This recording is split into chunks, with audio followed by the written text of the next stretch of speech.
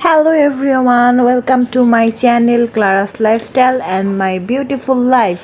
So আজকে আমি আপনাদের সাথে খুবই ইজি একটা নাস্তার রেসিপি শেয়ার করতে যাচ্ছি, খুবই হেলদি। সো শুরু করা যাক। ফার্স্টে হচ্ছে একটু পানি নিয়ে নিলাম, তার মধ্যে 3 টেবিল চামচ ওটস দিয়ে দিচ্ছি।